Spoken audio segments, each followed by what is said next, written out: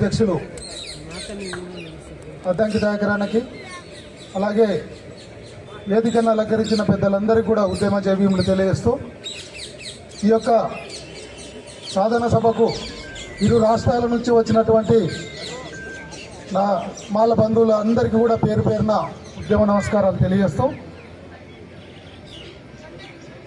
మాలల హక్కుల కోసం మాత్రమే కాకుండా ప్రతి అంశంలోనూ మన జాతీయ మాల మానాడు పనిచేస్తుంది.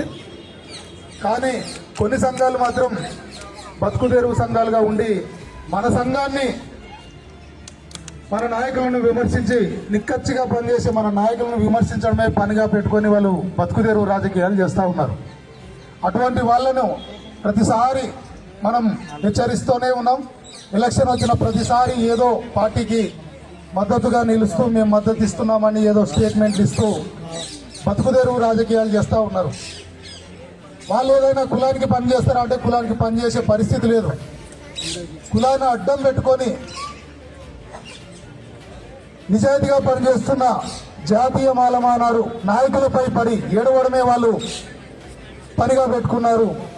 అటువంటి వాళ్ళ మీటింగ్లో కూడా మనం నిన్న మొన్న కూడా రీసెంట్గా చూసినాం. అటువంటి ఎదవకు గతంలో కూడా చాలాసార్లు హెచ్చరించడం, ఎలక్షన్ వచ్చిన ప్రతిసారి ఇటువంటి పని చేసి జాతి పరువు తీయొద్దని హెచ్చరించినా కూడా వినట్లేదు. అటువంటి వాళ్ళని మన రక్త బంధువులే మన గడప ముందుకు వస్తే, ప్రోగ్రాంలను వస్తే తల్లి తరమాల్సిన అవసరం ఉందని చెప్పి నేను ఈ సందర్భంగా తెలియజేస్తా ఉన్నాం.